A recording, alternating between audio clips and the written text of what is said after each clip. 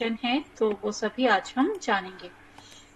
तो देखिए, जैसे कि हमने जाना है कि जो एनर्जी फूड है वो कार्बोहाइड्रेट एंड फैट हैं।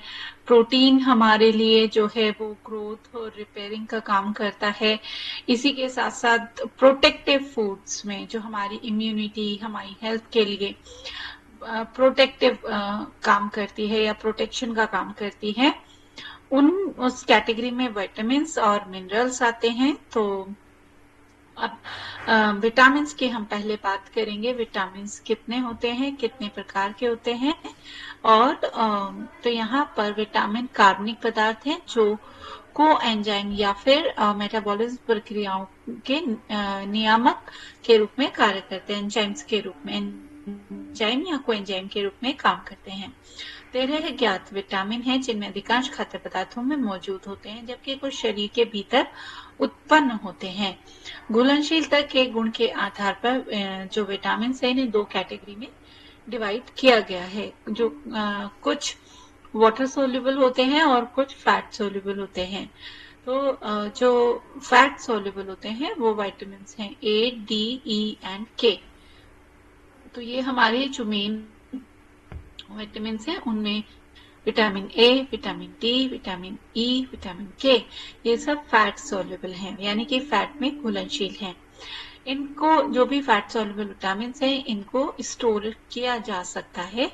आप अगर शरीर में आपके एक्स्ट्रा ये विटामिन जा रहे हैं तो आपका शरीर इन्हें स्टोर कर लेता है। जैसे उदाहरण के तौर पर अगर विटामिन डी की बात करें, अगर आपके शरीर में एक्स्ट्रा विटामिन डी आप लेते हैं या इकट्ठा होता है तो उसको स्टोर किया जाता है और मेनली लीवर में ये स्टोर होते हैं और जब जरूरत पड़ती है तो तब इनको यूज किया जा सकता है। इसी तरीके से कुछ विटामिन जो होते हैं वाटर सोल्यूबल होते हैं, जिसमें कि मेनली विटामिन बी और सी आता है। विटामिन बी अलग अलग प्रकार का होता है, इसीलिए विटामिन बी को बी कॉम्प्लेक्स कहा जाता है। और जो वाटर सोल्यूबल विटामिन है ये स्टोर नहीं किए जा सकते हमारे शरीर में। इन जो भी हमारी जरूरत है उतने तो शरीर ले लेता है, बाकी जो भी एक्स्ट्रा विटामिन होते हैं वो यूरिन के थ्रू बॉडी से बाहर निकाल दिए जाते हैं, एलिमिनेट कर दिए जाते हैं। जैसे आपने देखा होगा विटामिन डी का जब सप्लीमेंट भी अगर आप लेते हैं तो वो आपको दूध के साथ सजेस्ट किया जाता है, क्योंकि उसको किसी भी ऑयली चीज पानी के साथ नहीं लिया जाता। या फिर विटामिन ई के आपने कैप्सूल्स देखे होंगे तो वो भी ऑयल के साथ ही होते हैं। तो इसलिए होते हैं क्योंकि या दूध के साथ जिसमें भी फैट हो उसी चीज के साथ इनको लिया जाता है, क्योंकि ये फैट सोल्यूबल विटामिन से फैट की प्रेजेंस में ही सोल्यूबल होंगे, घुलनशील होंगे और बॉडी इन्हें अब्सॉर्ब करेगी। अगर आप विटामिन डी, विटामिन ई, ए के इनको पानी के साथ लेते हैं तो ये बॉडी उन्हें एब्सॉर्ब नहीं करती है और उसका कोई फायदा आपको नहीं होगा। इसी तरीके से विटामिन बी और विटामिन सी जब आप इनको लेते हैं तो इनको दूध या किसी फैटी चीज के साथ नहीं लेना चाहिए। स्पेशली जैसे विटामिन बी कॉम्प्लेक्स आप लेते हैं या कोई भी विटामिन सी, तो इनको पानी के साथ लेना चाहिए क्योंकि ये पानी में घुलनशील विटामिन हैं। तो इस तरीके से आप इन विटामिन का उपयोग करते हैं। अब हम स्टार्ट करते हैं यहाँ पर विटामिन ए के साथ।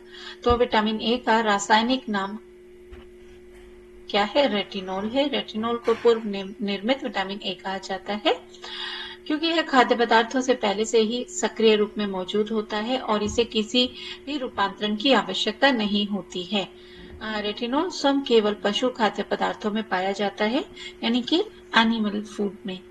तो केवल एनिमल फूड्स में होता है, लेकिन दूध और कुछ वनस्पति खाद्य पदार्थों में गहरे पीले या नारंगी कैरोटीन भी होते हैं जिन्हें शरीर में रेटिनॉल में परिवर्तित किया जा सकता है और इसलिए विटामिन ए की गतिविधि के स्रोत हैं। इनमें से सबसे महत्वपूर्ण बीटा कैरोटीन है जो प्राथमिक और सबसे कुशल प्रो विटामिन ए या कैरोटीनॉइड है।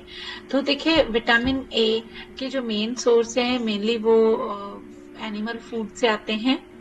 यानी कि दूध से बने प्रोडक्ट्स, इनमें काफी अच्छी मात्रा में जो होता है विटामिन ए प्रेजेंट होता है। लेकिन कुछ प्लांट फूड में भी विटामिन ए पाया जाता है, यानी कि इसमें जो होता है ये कैरोटीन के रूप में प्रेजेंट होता है, लेकिन बॉडी इसे रेटिनोल में यानी कि विटामिन ए में कन्वर्ट कर लेती है। तो मेनली जितने भी आपके येलो, ऑरेंज इस कलर के वेजिटेबल्स, फ्रूट्स अगर जो भी आपने देखे हैं तो उनमें काफी अच्छी मात्रा में, जैसे गाजर में काफी अच्छी मात्रा में विटामिन ए प्रेजेंट होता है। इसी तरीके से पपीता, आम, जो भी इस कलर के फ्रूट्स हैं, वेजिटेबल्स हैं, जैसे पंपकिन हो गया, जो पूरा पका हुआ जो पंपकिन होता है, तो ये सब very good source of vitamin A है। तो इस तरीके से आप विटामिन ए को अपनी डाइट में पूरा कर सकते हैं, और एनिमल फूड के द्वारा भी इनके सोर्सेस देखते हैं।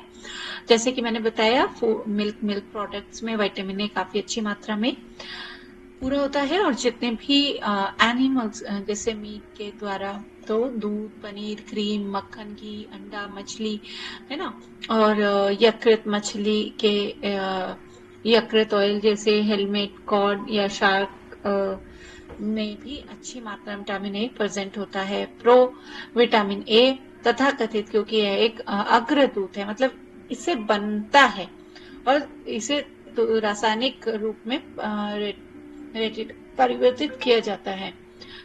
या बी कैरोटीन मुख्य रूप से पौधों के खाद्य पदार्थों में पाया जाता है, जिसे कैरोटीनॉइड नामक नारंगी या पीले रंग के रंग द्रव्य होते हैं। बी कैरोटीन पादप पदार्थों में सबसे व्यापक रूप में वितरित कैरोटीनॉइड है, जैसे पाम फल, लाल पाम तेल बीटा कैरोटीन का सबसे मुख्य स्रोत है।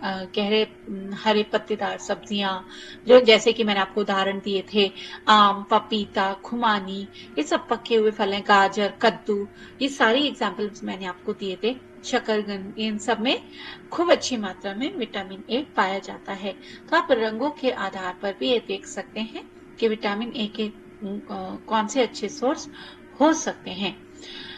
अब बात करते हैं इसके फंक्शन की, इसके कार्य की। विटामिन ए का क्या काम है? यह एक आवश्यक पोषक तत्व है जो दृश्य प्रणाली के सामान्य कामकाज, वृद्धि, विकास और उपकला, सेलुलर अखंडता, प्रतिरक्षा और प्रजनन के रखरखाव के लिए मनुष्य द्वारा थोड़ी मात्रा में आवश्यक होता है। विटामिन ए जो है मेनली आपकी आईज के लिए काफी अच्छा जरूरी होता है। इसी के साथ साथ आपके रिप्रोडक्टिव और इम्यूनिटी सिस्टम के लिए भी जो है, और सेलुलर अखंडता यानी कि आपकी सेलुलर हेल्थ के लिए भी विटामिन ए काफी अच्छा एक सोर्स है।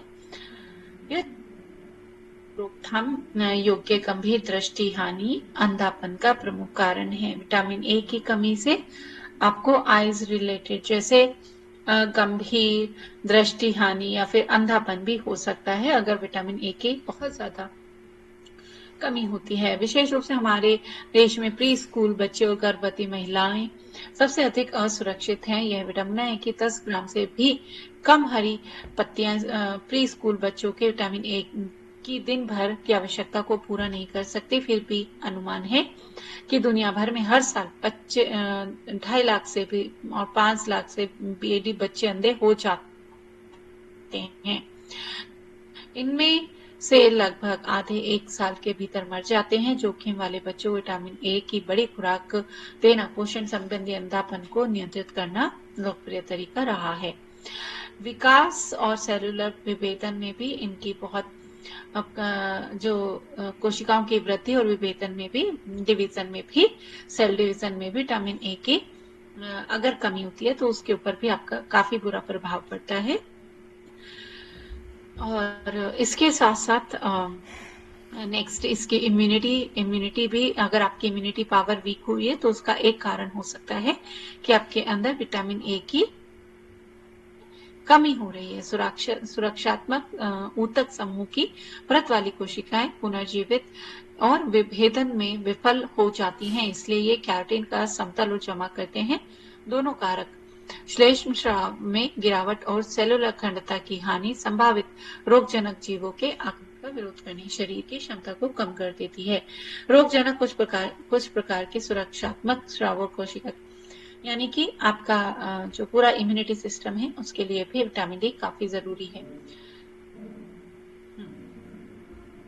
उपकला ऊतकों की अखंडता, विटामिन ए श्लेष्म स्रावित जो कोशिकाओं की अखंडता के लिए भी आवश्यक है। वास्तव में विटामिन ए फेफड़ों, आंतों, पेट, योनि, मूत्र पथ और मूत्राशय, आंखों की त्वचा की आंतरिक और बाहरी परतों सतहों को कवर करने के लिए उपकला कोशिकाओं को स्वस्थ बनाए, यानी कि ऊपर की जो सेलुलर वॉल है या कवरिंग है उसको काफी जो है उसको हेल्दी बनाए रखता है, जिससे कि एक श्लेष्म मतलब कि चिकनापन भी बना रहता है और वो उनकी हेल्थ अच्छी बनी रहती है।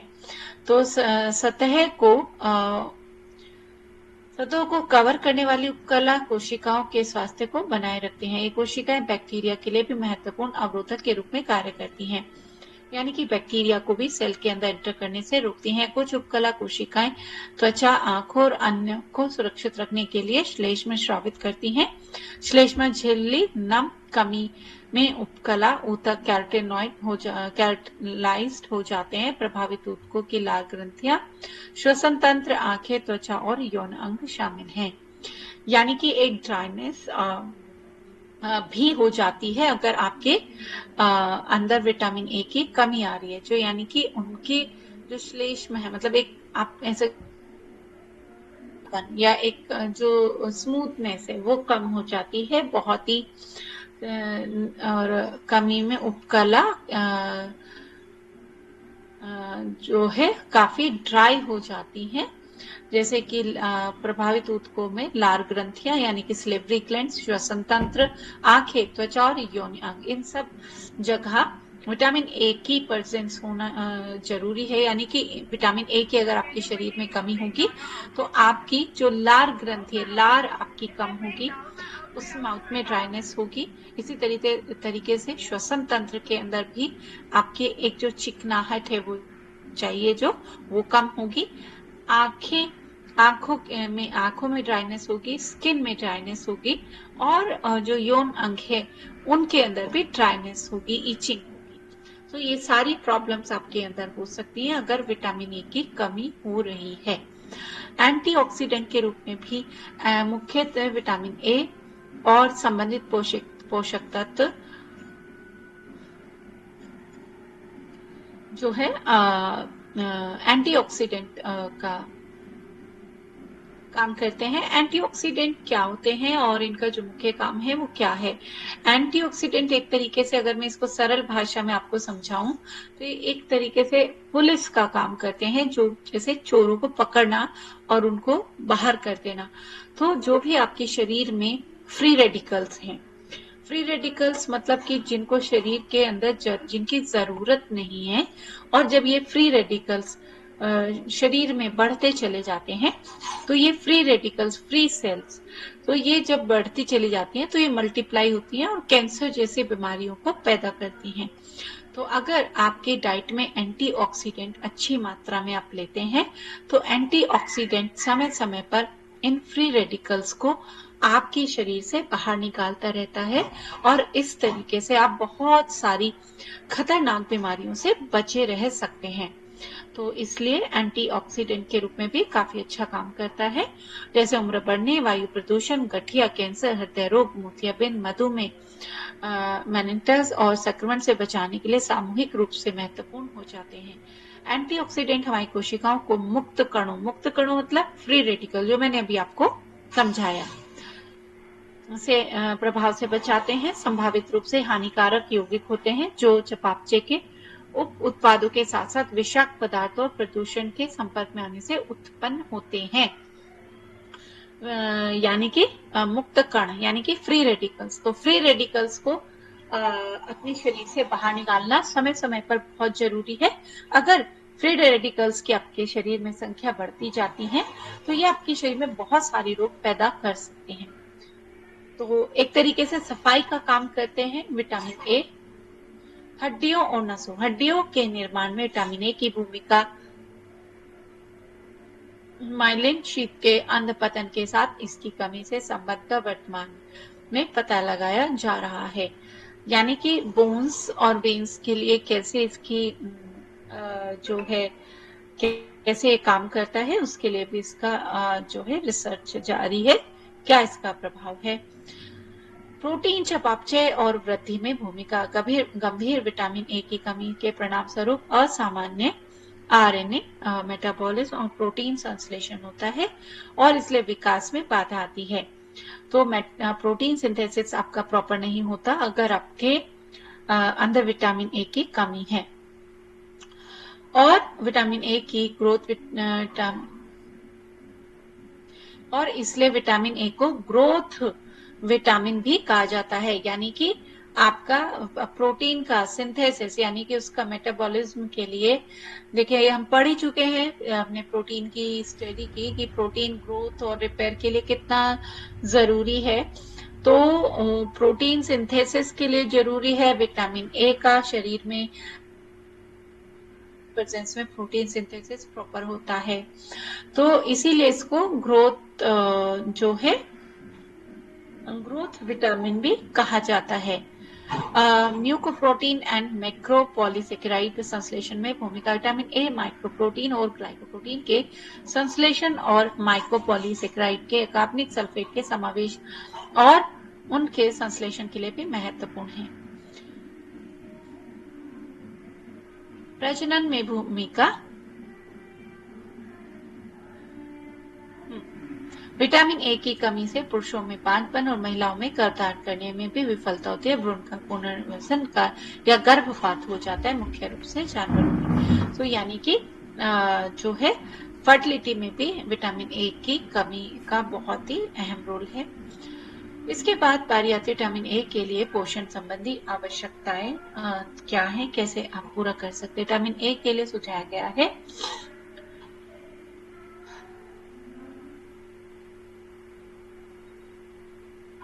सुरक्षित सेवन की गणना में 434 मिलीग्राम आरआई दिन के बराबर एक मानक भंडारण आवश्यकता को ध्यान में रखकर रखा गया है, क्योंकि इससे अधिक कुछ भी विषाक्तता का कारण बन सकता है। तो ये इसकी डोज यहाँ पर जो है सजेस्ट की गई है। स्वास्थ्य पहलू कमी।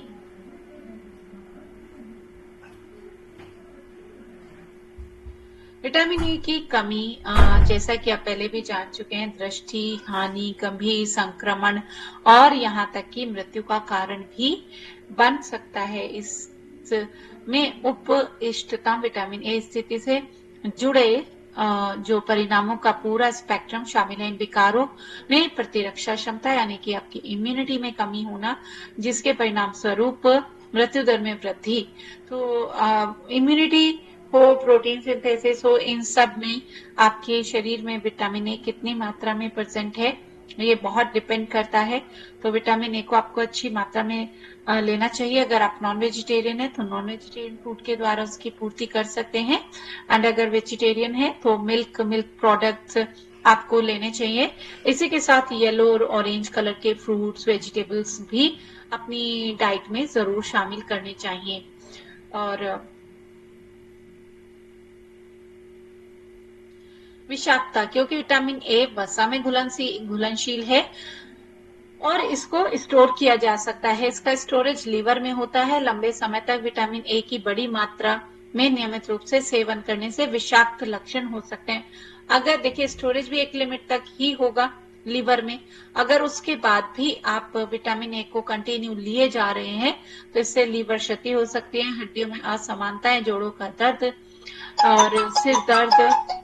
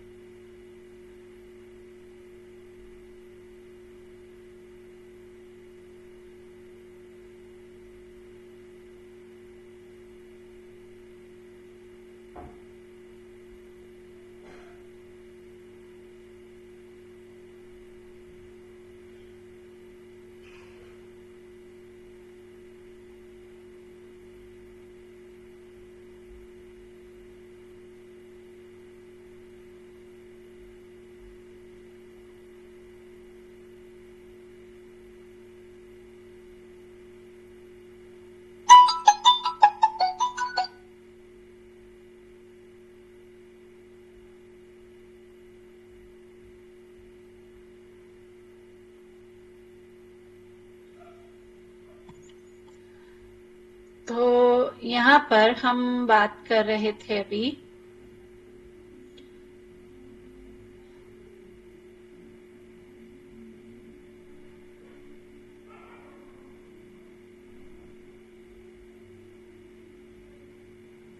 हाँ, विषाक्तता के बारे में। विटामिन ए वसा में घुलनशील है, यानी कि इस विटामिन बी कॉम्प्लेक्स, तो यहाँ पे हमने इसको कंप्लीट कर लिया है विटामिन ए को।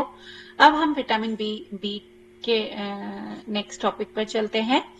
तो पानी में घुलनशील है। विटामिन बी का मुख्य समूह विटामिन बी कॉम्प्लेक्स कहलाता है, क्योंकि विटामिन बी कई प्रकार का होता है, तो इसको बी कॉम्प्लेक्स कहा जाता है। उदाहरण में thiamine, riboflavin, niacin, pyridoxine, folic acid, cyanocobalamin आदि शामिल है। हालांकि प्रत्येक की रासायनिक संरचना काफी अलग है और उनमें कई विशेषताएं समान हैं। वे शरीर में विभिन्न एंजाइम प्रणाली में सहकारक के रूप में कार्य करते हैं। वे समान खाद्य पदार्थ में पाए जाते हैं और पानी में घुलनशील होने के कारण शरीर में अधिक समय तक जमा नहीं रहते हैं। इन विशेषताओं का मतलब है कि बहुत कम बी कॉम्प्लेक्स युक्त आहार कुछ महीनों के भीतर कई वाले रोगों को जन्म दे सकते हैं। तो अगर आप कुछ समय तक, क्योंकि स्टोरेज तो है नहीं इसकी, जो भी आप जैसे आज जो आपने विटामिन बी लिया और उसकी जितनी आज की जरूरत थी उतने उसने उस खाने से लिया और जो एक्स्ट्रा हुआ उसको यूरिन के द्वारा बाहर निकाल दिया। तो अगर आपकी डाइट में इसकी कमी होने लगती है तो आपके शरीर में विटामिन बी कॉम्प्लेक्स की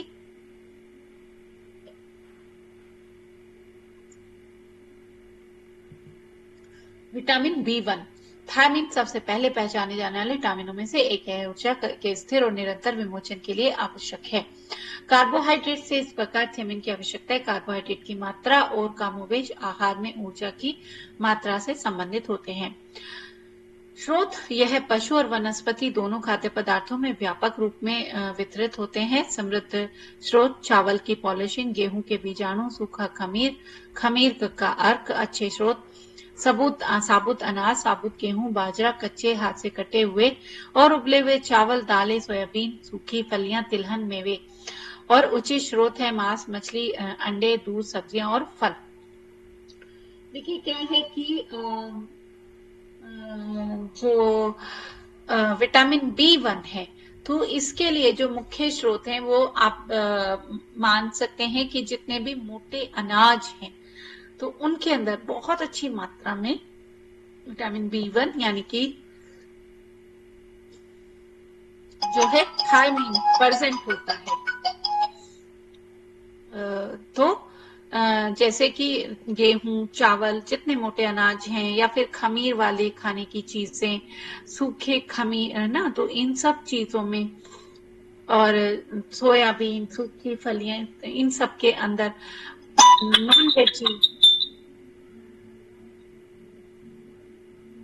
नॉन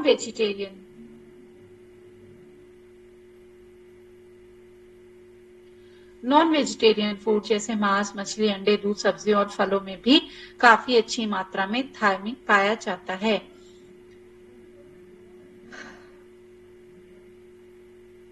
यह ध्यान दिया जाना चाहिए कि खाना पकाने से इन पदार्थों में काफी नुकसान हो सकता है। वसा, शर्करा और मादक पेय में थायमीन बिल्कुल नहीं होता है और यह कॉफी, चाय और शराब के उपयोग से समाप्त हो जाता है। अवशोषण और भंडारण और निष्कासन, भोजन के बाद थायमीन अंत में मुक्त रूप में पाया जाता है। यह अवशोषण में दो तंत्र शामिल हैं, सक्रिय और निष्क्रिय दोनों। यह मुख्य रूप से ऊपरी जेजुनम के प्रसार और एक सक्रिय परिवहन तंत्र द्वारा अवशोषित होता है, लेकिन ग्रहणी और इलियम में भी हो सकता है, यानी कि छोटी आंत के ये हिस्से हैं। अवशोषण के बाद केवल एक छोटा सा हिस्सा मुक्त थायमीन के रूप में परिसंचरण में गुजरता है, जबकि एक बड़ा हिस्सा यकृत और आंतों में म्यूकोसा में थायमीन पायरोफॉस्फेट में परिवर्तित हो जाता है। थायमीन की थोड़ी मात्रा भी थायमीन ट्राइफॉस्फेट में परिवर्तित हो जाती है और फिर यह मूत्र में उत्सर्जित हो जाती है।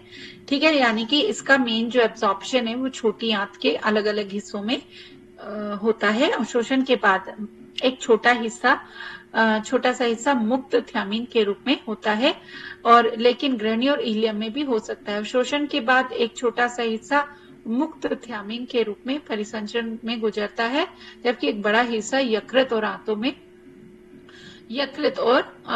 आंतों की म्यूकोसा में थायमिन पाइफॉस्फेट में परिवर्तित हो जाता है। थायमिन की थोड़ी मात्रा भी थायमिन ट्राइफॉस्फेट, यानी कि एक्स्ट्रा जो भी है वो सब थायमिन ट्राइफॉस्फेट में कन्वर्ट होता है और मूत्र के द्वारा जो है बाहर निकाल दिया जाता है। ठीक है, तो एब्जॉर्प्शन होता है और जो इसका एब्जॉर्प्शन है वो छोटी आंत में पूरी तरीके से हो जाता है, और जो भी एक्स्ट्रा थायमिन है वो थायमिन ट्राइफॉस्फेट के रूप में परिवर्तित होकर मूत्र के द्वारा बाहर निकाल दिया जाता है। थायमिन के कार्य ऊर्जा के सेलुलर उत्पादन में थायमिन की महत्वपूर्ण चयापचय यानी मेटाबॉलिक भूमिका है। मुख्य रूप से ग्लूकोज मेटाबॉलिज्म यानी कि यह शरीर की कोशिकाओं में कार्बोहाइड्रेट को ऊर्जा में बदलने में मदद करता है। तो कार्बोहाइड्रेट मेटाबॉलिज्म का होता है, हम पढ़ ही चुके हैं कि सेल्स के अंदर, तो कार्बोहाइड्रेट को ऊर्जा में बदलने में मदद करता है थियामिन विटामिन। थियामिन हृदय, मांसपेशी और तंत्रिका तंत्र के कामकाज के लिए भी आवश्यक है। हमारी हार्ट मसल्स के लिए, हमारी मसल्स के लिए, बॉडी की तंत्रिका तंत्र, नर्वस सिस्टम के लिए भी विटामिन ए काफी जरूरी है। एंजाइम्स गतिविधि के लिए थायमिन कार्बोहाइड्रेट मेटाबॉलिज्म के शामिल एंजाइमों को नियंत्रित करता है। एंजाइम उत्प्रेरित प्रतिक्रियाओं को कोएंजाइम। थायमिन कार्बोहाइड्रेट की शाखीय श्रृंखला अमीनो एसिड के मेटाबॉलिज्म में कोएंजाइम थायमिन पाइफॉस्फेट के रूप में कार्य करता है, यानी कि ये एंजाइम के लिए उत्प्रेरक का कार्य भी करते हैं। और टीपीटी और टीटीपी तंत्रिका और हृदयों के ऊतकों के लिए महत्वपूर्ण है। ये हम पढ़ ही चुके हैं कि थायमिन जो है वो आपके हार्ट मसल्स और जो मसल्स हैं और नर्वस सिस्टम है उनके लिए बहुत ही महत्वपूर्ण काम करता है। टीपीपी और टीटीपी अंतर परिवर्तन एक दूसरे के अंदर कन्वर्ट हो जाते हैं और कार्बोहाइड्रेट मेटाबॉलिज्म में शामिल होते हैं। तो मेन फंक्शन है इसका जो एंजाइम उत्प्रेरक प्रक्रियाओं में काम करता है, एंजाइम्स को फंक्शन करने के लिए प्रेरित करता है, एंजाइम्स गतिविधि को कंट्रोल करता है, स्पेशली कार्बोहाइड्रेट मेटाबॉलिज्म को, और ये इसका मेन है। और जो है कार्बोहाइड्रेट को वसा में बदलने में, ये हम पढ़ ही चुके हैं, जो भी एक्स्ट्रा कार्बोहाइड्रेट है वो फैट में कन्वर्ट होता है, बट कैसे होता है? थायमिन फैटी एसिड और स्टेरोल उत्पादक की शुरुआती चरणों में मदद करता है, और जो भी एक्स्ट्रा कार्बोहाइड्रेट है उसे फैट के रूप में भंडारण के लिए के रूप में कन्वर्ट करने में मदद करता है। अनुशासित आहार भत्ता, चूंकि थियामिन ऊर्जा के उपयोग को सुविधाजनक बनाता है, इसकी आवश्यकताओं को ऊर्जा सेवन के आधार पर व्यक्त किया गया है, जो गतिविधि के स्तर पर आधार पर भिन्न भिन्न हो सकता है। इसलिए वयस्कों के लिए आईसीएमआर द्वारा 0.5 मिलीग्राम पर 1000 किलो कैलोरी या प्रतिदिन कम से कम 1 मिलीग्राम अधिक सेवन की सलाह दी जाती है। एक वयस्क पुरुष के लिए थायमिन का व्यक्तिगत सेवन 1.2 मिलीग्राम पर डे और वयस्क महिला के लिए 0.9 मिलीग्राम पर डे की एक दिन की रिक्वायरमेंट सजेस्ट की गई है। इसकी कमी से मनुष्य बेरी रोग हो जाता है, जिसे शास्त्रीय रूप से सूखा या फिर लकवाग्रस्त गीला नाम से सूखे नाम से इसको जाना जाता है। तो शुरुआती नैदानिक लक्षण एनोरेक्सिया और एपच है, जो पैरों में भारीपन, कमजोरी से जुड़ा होता है। दबाव पड़ने पर पिंडलियों की पैरों में जिन लोगों को भारीपन रहता है, पैरों में दर्द रहता है, एडी में दर्द रहता है, वो जनरली कई बार विटामिन बी की कमी के कारण ही होता है। जैसे बहुत से लोग शिकायत करते हैं कि हमें एडी में दर्द रहता है, पैरों में दर्द रहता है, या पिंडलियों में दर्द रहता है, या क्रैम्प्स आते हैं, तो उसका एक बहुत बड़ा मुख्य कारण है विटामिन बी की कमी होना। तो आप विटामिन बी टेस्ट कराकर देख सकते हैं। अगर आपके शरीर के अंदर विटामिन बी की कमी देखी जाती है तो उसके कारण ये सब प्रॉब्लम के काफी ज्यादा चांसेस होते हैं। तो पैरों में भारीपन, कमजोरी, दबाव पड़ने पर पिंडलियों की मांसपेशियों में कोमलता आ जाती है और पैरों में पिन या सुइयां जैसा दर्द होता है, सुन्नता की शिकायत होती है। व्यक्ति को कमजोरी महसूस होती है और काम करने पर वह आसानी से थक जाता है यदि इलाज न किया जाए तो उससे तो इसलिए आपको वेरी वेरी रोग में वो कन्वर्ट होने लगता है।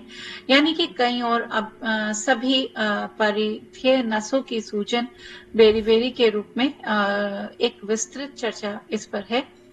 तो यहाँ पे अलग अलग उसके टाइप यहाँ पर बताए गए हैं। तो इसलिए आपको बेटा आपके मतलब ये आज के टाइम में तो विटामिन बी के अधिकतर डॉक्टर भी टेस्ट भी सजेस्ट करते हैं और उनके अंदर काफी ज्यादा मात्रा में विटामिन B12 की डेफिशिएंसी तो बहुत कॉमन है, विटामिन डी की डेफिशिएंसी बहुत कॉमन है। ओवरऑल पूरा बी कॉम्प्लेक्स जो विटामिन है उसकी कमी काफी ज्यादा मात्रा में, वैसे तो सभी विटामिन की, और जबकि एक अच्छी हेल्दी डाइट लेने के बावजूद भी एक बहुत अधिक मात्रा में कमी आज के समय में देखी जा रही है। मैम विटामिन बी का मेन सोर्स आपने एनिमल फूड बताया, मेन मतलब ज्यादा। हाँ, मतलब जो लोग नॉन वेजिटेरियन है, बट वेजिटेरियन फूड में आपके लिए जो अनाज है वो हाँ सबसे अच्छे सोर्स हैं। मतलब जो आप दिन भर लेते हैं, जैसे 3 टाइम आप ले रहे हैं, है ना, ब्रेकफास्ट में भी लेंगे, लंच में, डिनर में, तो वो मेन सोर्स हैं। अगर आप उनको देखें तो आप अपनी पूर्ति बहुत आराम से कर सकते हैं अगर आप उनको सही तरीके से यूज करते हैं, सही तरीके से उनका उपयोग करते हैं।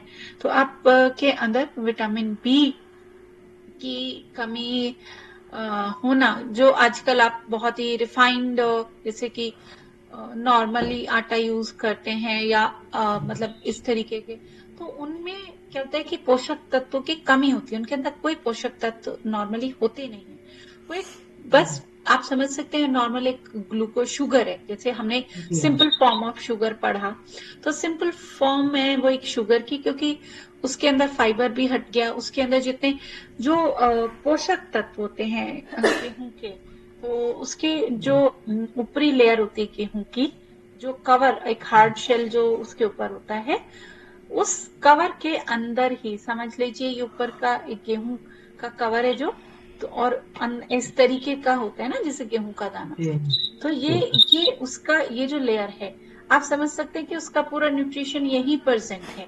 अब जब अगर आपने ये लेयर गेहूं की ये लेयर ही हटा दी, अंदर का पल्प टाइप से बच गया, उसको फिर उसको चक्की में पीस देते हैं, उससे आपका फाइबर भी चला गया, ठीक है, और उससे आपके जितने पोषक तत्व, अदरवाइज ऐसा नहीं है कि गेहूं के अंदर पोषक तत्व नहीं होते, गेहूं के अंदर बहुत अच्छे पोषक तत्व हैं, चावल के अंदर है। अब चावल जो मार्केट में आता है, जो लेकर आते हैं, वो पॉलिश्ड राइस है, तो उसका भी अब जैसे धान है, तो जो आपका राइस है, तो उसके ऊपर की जो धान की जो ऊपर का कवर है, उसके अंदर मैक्सिमम न्यूट्रिशन प्रेजेंट होता है राइस का। अगर आपने वो फिर वो हट गया, आजकल मशीनों के द्वारा उसको साफ किया जाता है और उसको हटा दिया जाता है, फिर राइस जो बचता है उसको पॉलिश किया जाता है और मार्केट में लेकर आया जाता है, तो उससे भी सेम चीज हो रही है, राइस का फाइबर चला जा रहा है और राइस के जो न्यूट्रिशन जो पूरे था वो भी चला जा रहा है, एंड वो भी एक सिंपल स्टार्च बचता है, ठीक है। तो जैसे आपने सुना होगा पार बॉइल्ड राइस, यानी कि सेला राइस। तो सेला राइस क्या होता है, कैसे ये बनता है? सेला राइस में उस धान को, उस चावल को छिलके के साथ ही गीला किया जाता है, भिगोया जाता है, फिर उसको सुखाया जाता है धूप में, फिर उसको कूटा जाता है, फिर उसका छिलका उतारा जाता है और फिर वो चावल तैयार होता है। तो यानी कि जो उसके भिगोने की प्रोसेस है, चावल को आपने भिगोया धान उस कवर के साथ, उस शेल के साथ, तो उसे जो छिलके के कवर थे, पोषक तत्व थे, वो आपके राइस में आ गए जब वो भीगा रहा उस छिलके के साथ। फिर उसके बाद वो धूप में सूख गया और फिर आपने उसको वो शेल हटाया, तो उससे क्या हुआ, शेल के जितने न्यूट्रिशन के पोषक तत्व थे वो राइस के अंदर आ गए। अब वो कवर भले हट जाए तो कोई प्रॉब्लम नहीं है, ठीक है। तो इस तरीके से वो राइस के पोषक तत्व राइस के अंदर आ गए।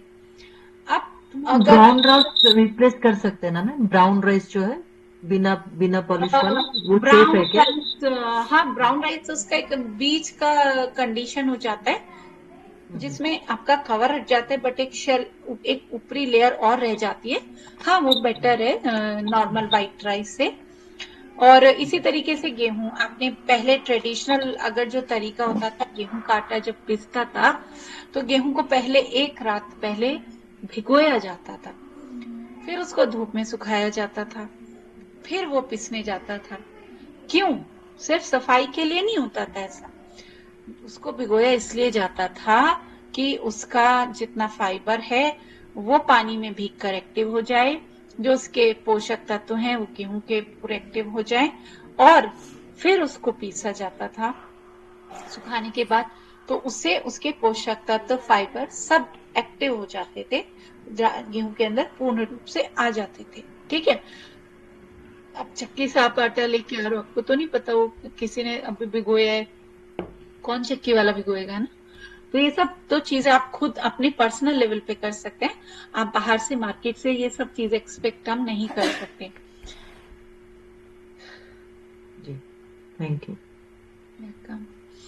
तो गीली बेरी बेरी, एडिमा गीली बेरी बेरी की महत्वपूर्ण विशेषता है, यह तेजी से विकसित हो सकता है और इसमें न केवल पैर बल्कि चेहरा, धड़, सिरस गुहाएं भी शामिल हो सकती हैं। धड़कन और सांस फूलना मौजूद है। पिंडों की मांसपेशियां अक्सर तनावग्रस्त होती हैं, थोड़ी सूजी हुई दबाव पड़ने पर कोमल हो जाती हैं, सब विटामिन की कमी के कारण। और बेसिकली कोई भी बीमारी जब बनती है शरीर में तो पहले वो किसी न किसी कमी को ही दर्शाती है। ऐसा नहीं है कि अचानक से कोई बीमारी बन जाएगी, पहले आपके शरीर में छोटी छोटी प्रॉब्लम्स होंगी, जब आप उन्हें हमेशा कंटिन्यू इग्नोर करते हैं, जैसे किसी को थकान हो रही है, किसी को कहीं दर्द हो रहा है, दुख रहा है, या कहीं पे कोई प्रॉब्लम आ रही है, कहीं सुन्नपन हो रहा है, ये तो उन सिम्टम्स को अगर आप इग्नोर करते हैं उसके बाद जाके वो किसी एक प्रॉपर एक बीमारी का रूप धारण करती है। तो अगर आप पहले ही शुरू में अपने उन छोटी छोटी प्रॉब्लम्स को चेक करें, ध्यान दें, तो वो बड़ी बीमारी में परिवर्तित होने से आप उसको बचा सकते हैं और अपनी हेल्थ का, और बेसिकली विटामिन का ध्यान रखना तो आज के टाइम में बहुत जरूरी है। कितना आपके शरीर में है, और आसानी से टेस्ट के द्वारा इनको चेक किया जा सकता है। विषाक्तता, थायमिन विषाक्तता कोई समस्या नहीं है क्योंकि गुर्दों से विटामिन की निकासी तेजी से हो जाती है। चूंकि शरीर में थायमिन का भंडार बहुत कम है, ये इसलिए यह है पर्याप्त दैनिक सेवन में सुनिश्चित करना चाहिए, ठीक है। तो विटामिन B12 पर चलते हैं। राइबोफ्लेविन नाम के से इसको हम जानते हैं। राइबोफ्लेविन को दूध में चमकीले पीले रंग वाले वर्णक के रूप में खोजा गया था और यह भोजन में से ऊर्जा के उपयोग के लिए आवश्यक है। हालांकि यह व्यापक रूप से खाद्य पदार्थों, विशेष रूप से पशु खाद्य पदार्थों में वितरित किया जाता है। लगभग 1/3 सेवन एक स्रोत यानी दूध से आता है। राइबोफ्लेविन पराबैंगनी किरणों से नष्ट हो जाता है, इसलिए दूध को सूरज की रोशनी के संपर्क में लाने की सलाह नहीं दी जाती। स्रोत, राइबोफ्लेविन के खाद्य स्रोत में शामिल हैं लीवर, सूखा खमीर, अंडे के पाउडर, दूध, मिल्क प्रोडक्ट ऑलरेडी अच्छे। ये तो समृद्ध मतलब बहुत अच्छे सोर्स हैं। अच्छे जो स्रोत हैं उसमें साबुत अनाज, बाजरा, दालें, पत्तेदार सब्जियां, तिलहन, मेवे, मांस, मछली, अंडे और दूध। और उचित स्रोत हैं पिसा हुआ अनाज, अनाज उत्पाद, जड़ें, कंदमूल, अन्य सब्जियां। तो इस तरीके से ये सब मेनली देखिए विटामिन बी में अगर आप किसी भी कोई विटामिन बी को देख लें, उनमें मेन सोर्स हमेशा अनाज को जरूर डाला गया है। तो अनाज एक बहुत अच्छा सोर्स है विटामिन बी की पूर्ति करने का। हरी पत्तेदार सब्जियां, अनाज और दूध, मिल्क प्रोडक्ट्स, तो इनको अगर आप सही तरीके से यूज करते रहें तो आपके अंदर विटामिन बी की कमी नहीं होगी नॉर्मली, और आप उसकी पूर्ति आसानी से कर सकते हैं अगर आप नॉर्मल भी डाइट ले रहे हैं और फल, सब्जी, अनाज, दूध के प्रोडक्ट, इन सबको सही तरीके से ले रहे हैं तो आपके शरीर में। और जो नॉन वेजिटेरियन है तो नॉन वेजिटेरियन फूड से पूरा उसको कर सकते हैं।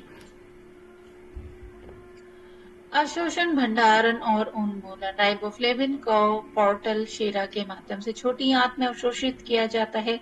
सामान्य परिसंचरण के माध्यम से सभी ऊतकों तक पहुंचाया जाता है और अवशोषण विशेष परिवहन द्वारा जठरांत पथ के ऊपरी भाग में होता है। राइबोफ्लेविन को आंतों के बैक्टीरिया द्वारा भी संश्लेषित किया जाता है। आंतों का बैक्टीरिया जिसको हम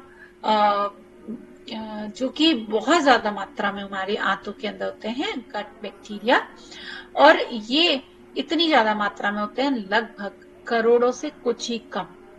और नॉर्मली जब आप एंटीबायोटिक लेते हैं तो एंटीबायोटिक लेने से आपके ये गट बैक्टीरिया भी मर जाते हैं। तो एंटीबायोटिक तो हर किसी बैक्टीरिया को किल करेगी, चाहे बीमारी पैदा करने वाला हो या आपकी गट बैक्टीरिया।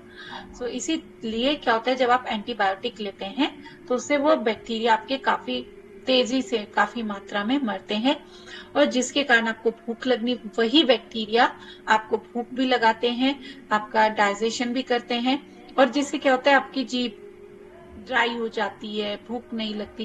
तो ये सब इसीलिए होते हैं। और वापस से तब आपको भूख लगती है एंटीबायोटिक के बाद, जब एंटीबायोटिक लेना बंद कर दें और वापस से उन बैक्टीरिया की संख्या उतनी ही हो जाए। जैसे दही एक काफी अच्छा, जैसे डायरिया होता है, लूज मोशन, तो उसके बाद दही, क्योंकि लूज मोशन में वो पेट के बैक्टीरिया काफी तेजी से और मात्रा में बाहर निकलते हैं। सॉल्ट तो फ्लश आउट होते ही हैं बॉडी के, सॉल्ट्स के लिए आपको ओआरएस ये सब सजेस्ट किया जाता है, बट में फ्लश आउट हो जाते हैं पेट के, तो जिसके लिए आजकल आपको जैसे प्रोबायोटिक्स दिया जाता है, जिससे कि पेट में जो बैक्टीरिया की संख्या वापस से बढ़ाई जा सके। दही सजेस्ट किया जाता है ना, ये सब चीजें। और एक प्रोबायोटिक काफी कॉमन भी है, जिसको कि प्रोबायोटिक कमर्शियली भी सेल करते हैं। तो ये सब जो है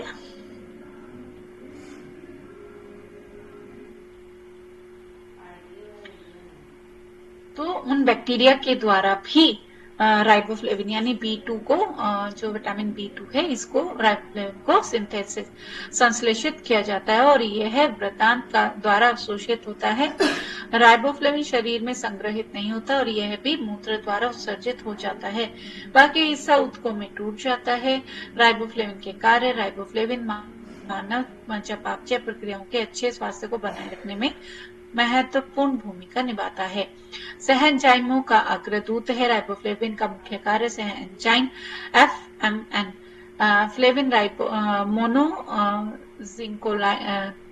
जिंक्लोटाइड और FMD के अग्रदूत के रूप में कार्य करता है। और श्वसन में भूमिका, श्वसन में भी जब मेटाबॉल के बाद ऑक्सीजन कमी प्रतिक्रियाओं और श्वसन श्रृंखला के माध्यम से ऊर्जा उत्पादन में भी भाग लेता है। तो ऊर्जा के उत्पादन में भी काफी इंपॉर्टेंट, एंटीऑक्सीडेंट के रूप में भी काम करता है, इम्यूनिटी बूस्टर के रूप में काम करता है, नियामक कार्य यानी कि मेटाबॉलिज्म शामिल कुछ हार्मोन के नियामकों को कार्य, यानी कि हार्मोन्स के लिए भी एक अच्छा रेगुलेटर के रूप में कार्य करता है। तो इसके अपने काफी अच्छे इंपॉर्टेंट फंक्शन हैं और शरीर के लिए बहुत जरूरी है। और इसकी मात्रा जो सजेस्ट की गई है वयस्क पुरुषों के लिए 1.4 मिलीग्राम पर डे और महिलाओं के लिए 1.1 मिलीग्राम पर डे, और गर्भावस्था और स्तनपान के दौरान 1.3 to 1.4 milligram per day suggest किया गया है। राइबोफ्लेविन की कमी से या गले में खराश, हाइपरनेमिया की स्थिति उत्पन्न होती है, जिसमें रक्त शरीर के एक हिस्से में इकट्ठा हो जाता है। ग्रसनी और मौखिक श्लेष झिल्लियों का एडर्ना चाइलोसिस, मुंह के कोने फटना, कोणीय मुंह के कोनों पर सूजन होना, और या फिर जीभ का संक्रमण, कहीं जैसे मुंह के आसपास, गले में यहाँ ड्राइनेस होना, ये सब विटामिन B2 की कमी के कारण ही होता है।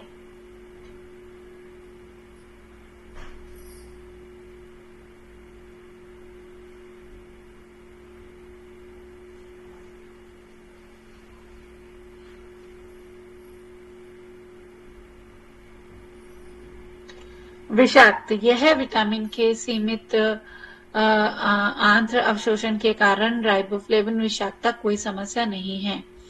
सो मेन आपने इसके फंक्शन देखे, इसके सोर्सेस देखे, और ये सब चीजें काफी आपके अगर मुंह के अंदर ड्राइनेस आ रही है, स्वेलिंग आ रही है, कि गले में ड्राइनेस, स्वेलिंग कहीं पर भी आपको फील होती है, लिप्स के आसपास, तो ये सब विटामिन बी की कमी के कारण ऐसा हो सकता है। और जिन बच्चों में पेट में, अक्सर आपने सुना होगा पेट में कीड़ों की समस्याएं काफी कॉमन होती हैं, विटामिन बी की काफी कमी देखी जाती है।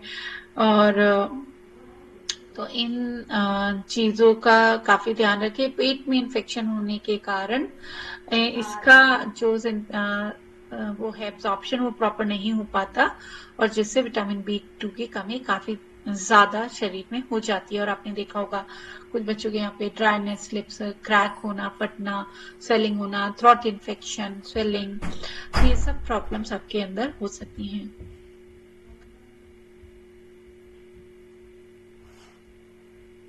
अब हम बारी आती है विटामिन बी6 पर। विटामिन बी6 या बी6 को पायरिडॉक्सिन के नाम से जाना जाता है, और इसे ट्रिप्टोफैन या फिर निकोटिनिक एसिड के रूपांतरण में शामिल किया जाता है। इस प्रकार आवश्यकता आहार की प्रोटीन सामग्री से संबंधित है। पैराडॉक्सिन या विटामिन बी6 कॉम्प्लेक्स विटामिन से एक है। बी6 की कमी वाले आहार खाने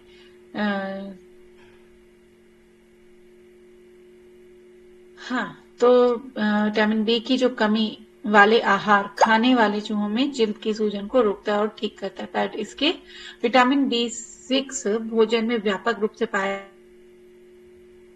नॉन वेजिटेरियन फूड, मांस, मछली, अंडे, साबुत अनाज, मुख्य सब्जियों में, तो वही सारे सोर्सेज इसमें अगेन रिपीट किए गए हैं।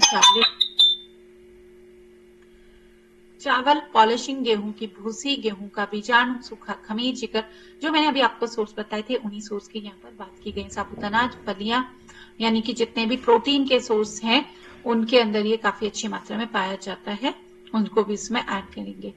तो पिसा हुआ अनाज, सब्जियां और फल, लंबे समय तक भंडारण, डिब्बा बंदी, मांस को भूनना या स्टू करना, खाद्य प्रसंस्करण तकनीक, फूड प्रोसेसिंग टेक्निक्स के या शराब का उपयोग इन विटामिन के लिए विनाशकारी हो सकता है।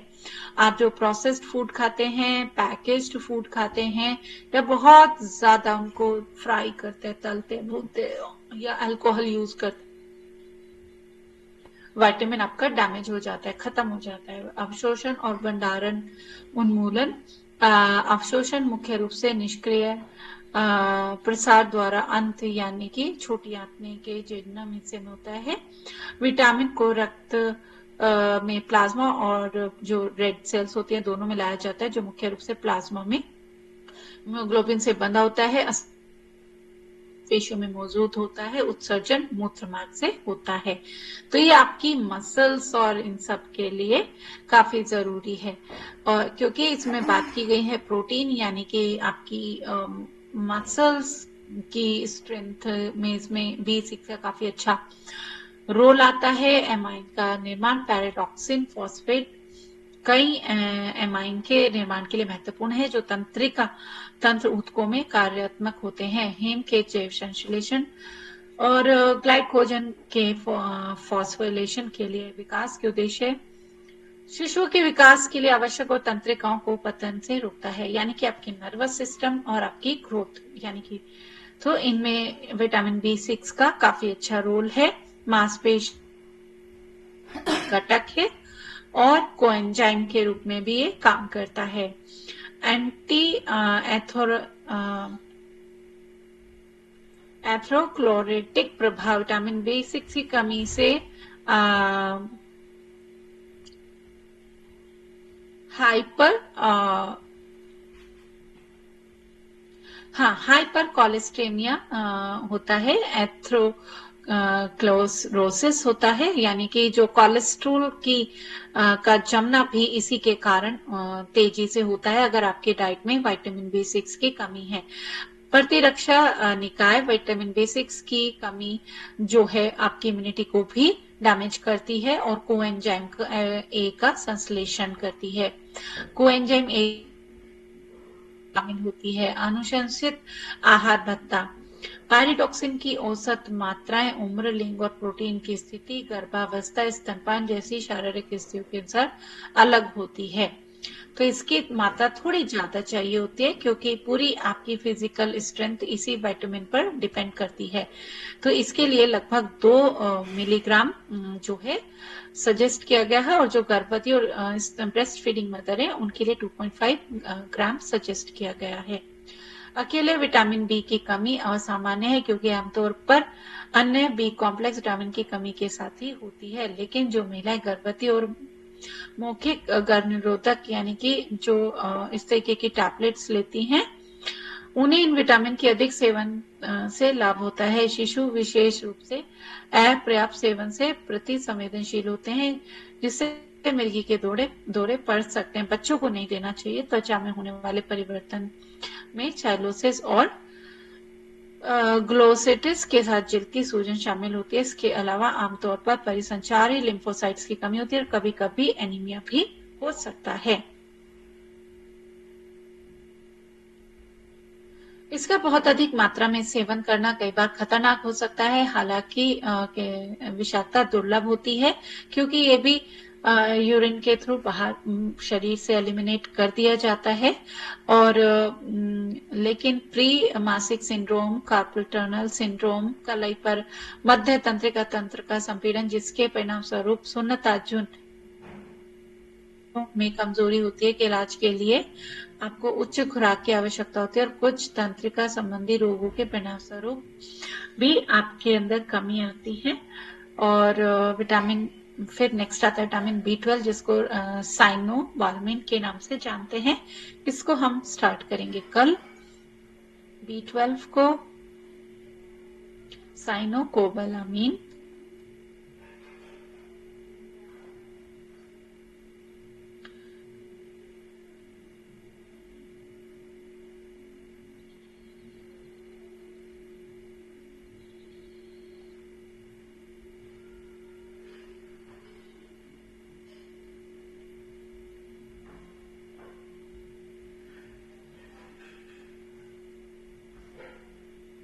तो अभी किसी का वैसे टाइम ओवर हो चुका है, तो अब हम यहाँ पर नेक्स्ट डे ट्यूसडे में इसको नेक्स्ट आगे लेकर चलेंगे।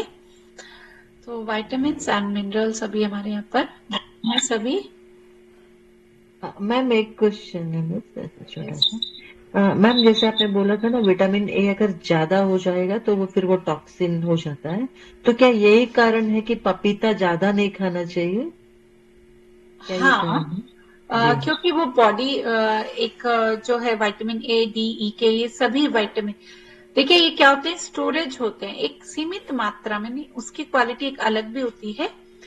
ऐसा जैसे आप पपीता खाते हैं तो वो अगर आपके शरीर के अंदर विटामिन ए की नॉर्मल पूर्ति हो रही है तो मतलब एक्स्ट्रा नहीं होना चाहिए, स्टोरेज भी हो जाए, उसके बाद भी आप कंटिन्यू उसको कंज्यूम कर रहे हैं, कोई भी चीज हो, सिर्फ पपीते की बात यहाँ पर नहीं आएगी। लेकिन आप अगर ऐसा नहीं होता, अगर जैसे किसी के अंदर आपने पपीता खा लिया, आपके अंदर अपने विटामिन ए की कमी भी है